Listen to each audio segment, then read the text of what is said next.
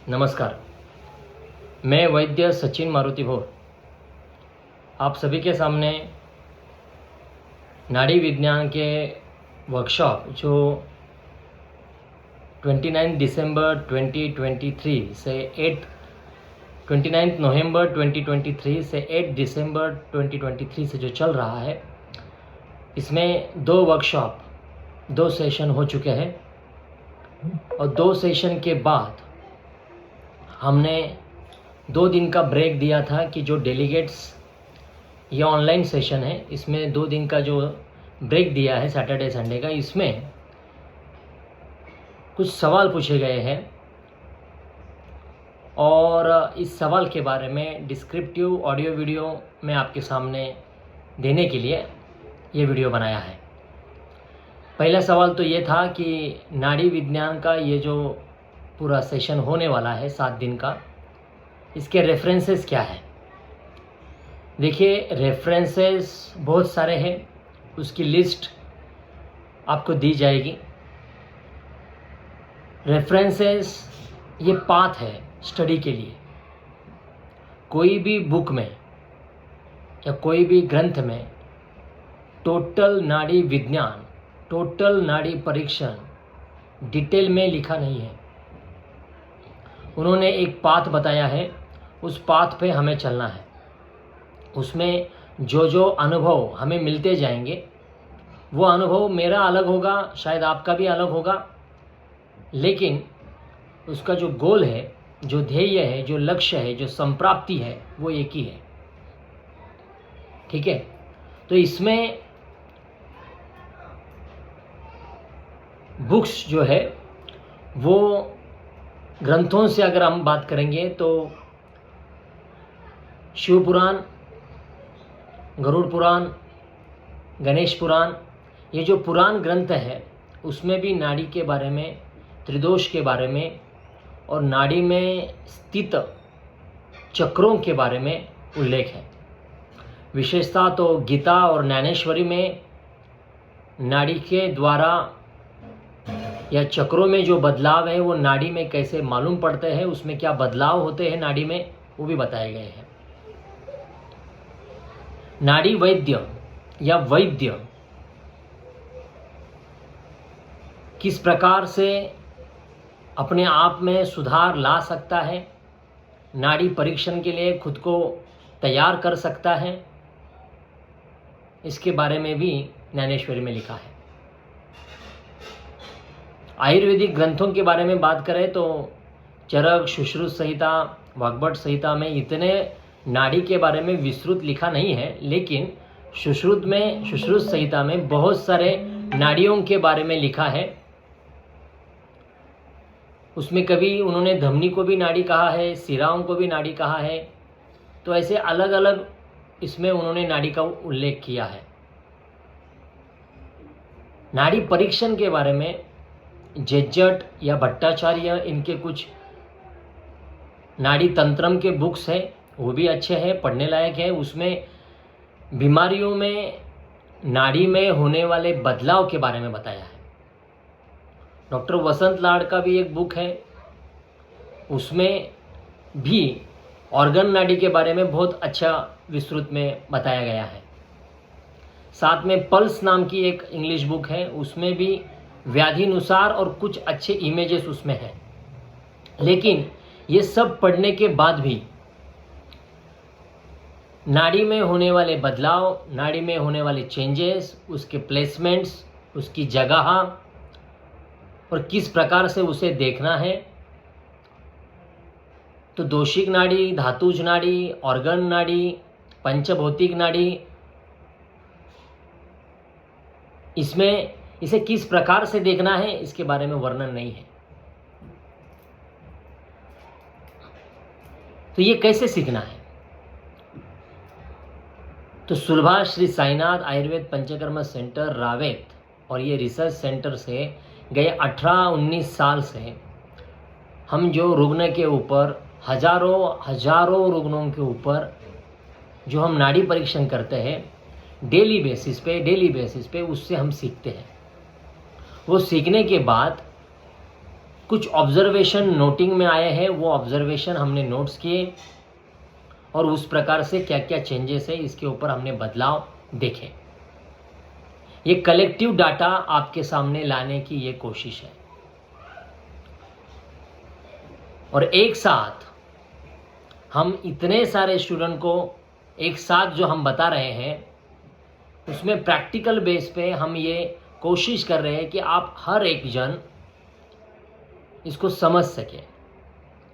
तो इतने सारे लोग एक साथ जब करने की कोशिश करेंगे, सीखने की कोशिश करेंगे, तो हमने कुछ मिनी टास्क रखे हैं जो टास्क अगर आप करेंगे तो आपको वो समझने में बहुत आसान हो जाएगा। नाड़ी परीक्षण it is more about understanding. So understanding में आपको ये समझना बहुत ज़रूरी है कि इसका बदलाव किस प्रकार होगा, इसकी प्लेसमेंट किस प्रकार से होगी, प्रकृति नाड़ी विकृति नाड़ी किस प्रकार से देखना है, ये हमने पहले ही लेक्चर में आपको बताया है। लेकिन उसमें भी बहुत सारे लोगों को कि किस प्रकार से सुपरफिशियल नाड़ी देखते हैं, प्रकृति नाड़ी देखते हैं या विकृति नाड़ी देखते हैं, इसमें अभी भी हमको कन्फ्यूजन होता है। तो इसलिए हमने सेकेंड वर्कशॉप में कुछ और सेकेंडरी मिनी टास्क दिए जिसमें हमने गर्म पानी, ठंडा पानी, रेत, कुछ सॉफ्ट पत्थर, कुछ इरेगुलर पत्थर लाने को कहा था। और उस ठंडे पानी में हाथ डालने के बाद आपके उंगलियों में क्या चेंजेस होता है, फिर सुपरफिशियली में उसमें कितना दबाव देना है, डीप में कितना दबाव देना है, गर्म पानी में डीप में कितना, सुपरफिशियल कितना दबाव देना है, इसके बारे में हमने बात किया था। तो उसमें हमको ये पता चलता है कि दबाव कितना देना है, ये कोई नहीं बताता, ये आपको सीखना है, ये हम आपको प्रैक्टिकल बेस पे बताएंगे। दोषिक नाड़ी में हमने ये भी देखा कि जो 3 उंगलियां है इसमें हमने इंडेक्स फिंगर वात, मिडल पित्त और रिंग फिंगर कफ, तो इसमें हमने 5 प्रकार किए हैं, इसके 5 टाइप्स हमने रखे हैं। और उस हिसाब से हमने ये जानने की कोशिश की है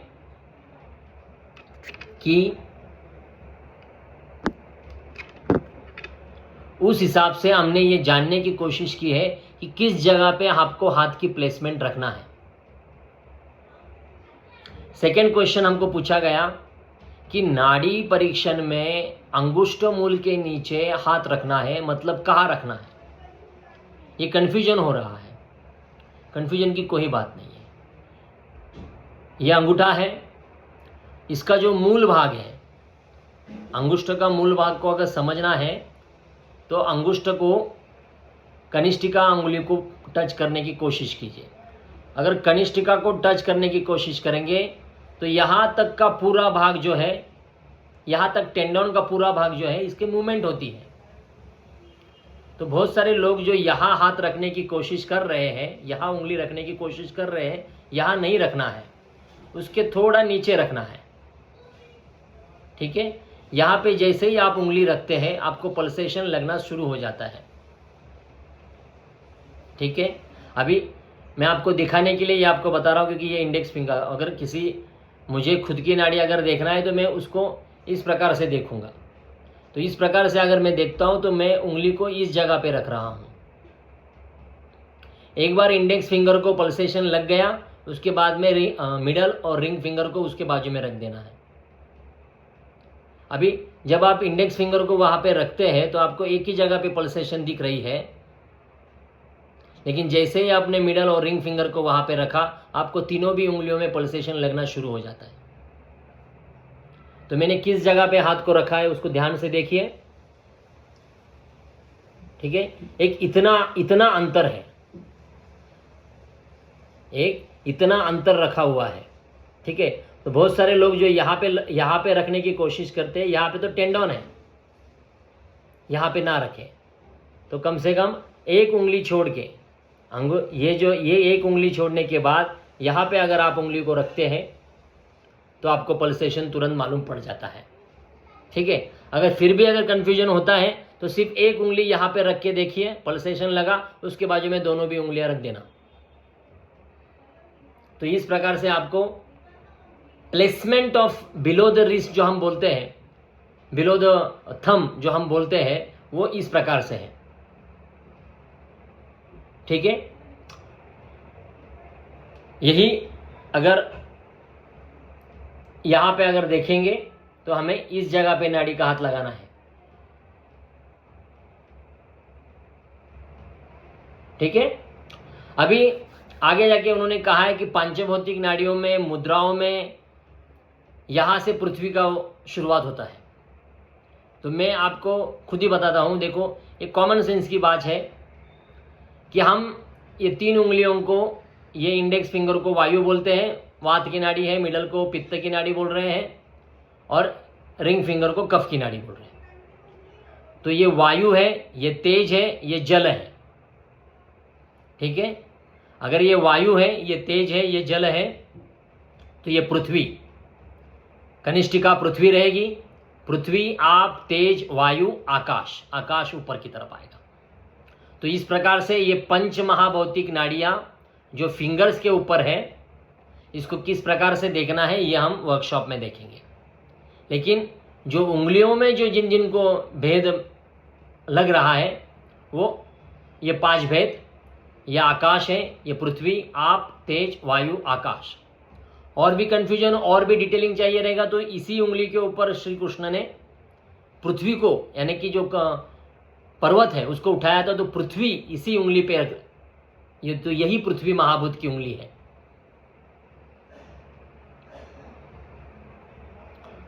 तीसरा क्वेश्चन, क्या इसमें और कोई नाड़ियां हैं? हाँ, इसमें आध्यात्मिक नाड़ी है, जीव साक्षिणी नाड़ी है, जिसे समझने के लिए मैं आपको मेडिटेशन सुबह 6:30 बजे से 7:30 बजे तक मैं आपको करवा रहा हूं। सुबह 6:30 बजे से लेकर 7:30 बजे का मेडिटेशन का थेरेपी लेक्चर होता है सुबह सुबह, जिसमें आपको प्राणायाम के कुछ तरीके आपको बता रहा हूं, जिससे आध्यात्मिक नाड़ी देखने के लिए मैं आपको प्रिपेयर कर रहा हूं। इतनी जद्दोजहद क्यों कर रहे हैं हम? क्योंकि आपको यह समझने के लिए कि नाड़ी परीक्षण सच्ची में है क्या और उसे कैसा देखना है। एक बार किसी व्यक्ति के पल्स को अपने हाथ में ले लिया तो दोषिक, धातुज, ऑर्गन, पांचभौतिक, आध्यात्मिक, ये पांचों ही प्रकार विदिन 7 से लेके 8 मिनट में आपका देख के होना चाहिए। इतनी फ्लेक्सिबिलिटी आनी चाहिए, इतनी सहजता आनी चाहिए। शुरुआत में नहीं हो पाएगा, लेकिन प्रैक्टिस से होगा। शुरुआत में तो 7-8 मिनट तो आपको सिर्फ दोषिक समझने में ही जाएगा, लेकिन जितनी बार आप प्रैक्टिस करेंगे उतना आपको समझ में आएगा। उसके पहले हम आपको खुद की नाड़ी समझने के लिए हमने कुछ मिनी टास्क दिए थे कि आपको कहा था कि रस जो सारता है वो पहला पढ़ के लीजिए। क्या आपका शरीर में, आपकी शरीर में आपकी प्रकृति क्या है, आपका कोष्ठ कैसा है, आपका अग्नि कैसा है, आपकी सारता क्या है, ये पहले आपको खुद को मालूम होना बहुत जरूरी है। तो सारता क्या है वो पढ़ने के लिए, सारता, रस सारता का व्यक्ति कैसा रहता है, रक्त सारता का व्यक्ति कैसा रहता है, ये पहले आप समझ के लीजिए। तो फिर आपको समझ में आएगा कि किसी व्यक्ति को देख के आपको यह समझ में आ जाएगा कि ये कौन से सारवान व्यक्ति है, तो उस प्रकार की उसकी प्रकृति है क्या, ये कोरिलेशन आप कर सकते हैं। और जिस प्रकार की प्रकृति है उस प्रकार के बहते हुए दोष है क्या, तो वो सुख साध्य है या कष्ट साध्य है, ये भी आपको मालूम पड़ेगा। बायोलॉजिकल क्लॉक हमने इसीलिए आपको दिखाया था कि बायोलॉजिकल क्लॉक के हिसाब से आपकी सुपरफिशियल नाड़ी बह रही है क्या। अगर नहीं बह रही है तो आप में विकृति है, अगर बह रही है तो सही है। खाना खाने के कितने घंटे के बाद दोषों में बदलाव आते हैं? 1 घंटे के बाद कफ की, 2 घंटे के बाद पित्त की, 3 घंटे के बाद वात की। तो इस प्रकार से 12 बजे अगर आपने खाना खाया है तो 2 बजे कफ की नाड़ी रहेगी, 3 बजे पित्त की नाड़ी रहेगी और 4 बजे वात की नाड़ी रहेगी। तो इस प्रकार से बदलाव आपको दिखाई दे रहे हैं क्या? अगर आपका उपवास है तो अगर सुबह अगर आपने कुछ खाना खाया है तो दोपहर को 12 बजे पित्त की नाड़ी आपको लगेगी, और आपने उस समय में अगर खाना नहीं खाते हैं तो शाम को 4 बजे वो वात की नाड़ी लगेगी, as per the biological clock. आप समझ रहे? तो सीजनल वाइज नाड़ी में क्या बदलाव आते हैं, शरद ऋतु में, हेमंत ऋतु में नाड़ी में क्या बदलाव रहेंगे, और डे वाइज होल डे में नाड़ी के क्या बदलाव रहेंगे, ये आपको समझना बहुत जरूरी है कि इससे आपको नाड़ी का नैसर्गिक स्वभाव मालूम पड़ेगा, आपकी खुद की नाड़ी का भी। और वैसे सभी लोगों की नाड़ी का नैसर्गिक स्वभाव अगर वो स्वस्थ है तो वो सेम रहेगा। स्वस्थ व्यक्ति के नैसर्गिक नाड़ी का स्वभाव सभी लोगों का सेम रहेगा। खाने खाने के 1 घंटे के बाद कफ की रहेगी, 2 घंटे के बाद पित्त की रहेगी, 3 घंटे के बाद यह अवस्था पाक की तरह रहेगा, मधुर पाक, अम्ल पाक, कटु पाक। तो उसी प्रकार से आपकी नाड़ी भी बहना जरूरी है। लेकिन इस प्रकार से अगर आपकी नाड़ी नहीं बह रही, आप 12 बजे का खाना अगर 2:30-3 बजे खा रहे हैं तो 5 बजे, तो 4 बजे आपकी कफ की नाड़ी रहेगी, 5 बजे या 6 बजे पित्त की रहेगी, फिर 7-8 बजे शाम को वात की नाड़ी रहेगी। लेकिन जिस समय में आपको सूर्यास्त के समय में जहां पित्त की नाड़ी शुरू होगी, जहां आपको खाना खाना जरूरी है, उस समय में अगर वात की नाड़ी अगर आपकी बह रही है तो आपको भूख लगेगी नहीं। तो विकृति इसी प्रकार से बनती है, क्योंकि आप चक्र के खिलाफ, नैसर्गिक चक्र के खिलाफ अगर आप खाना खाएंगे, विहार करेंगे, आहार करेंगे तो आप बीमार पड़ेंगे। तो वो समझने के लिए ही अगर शाम का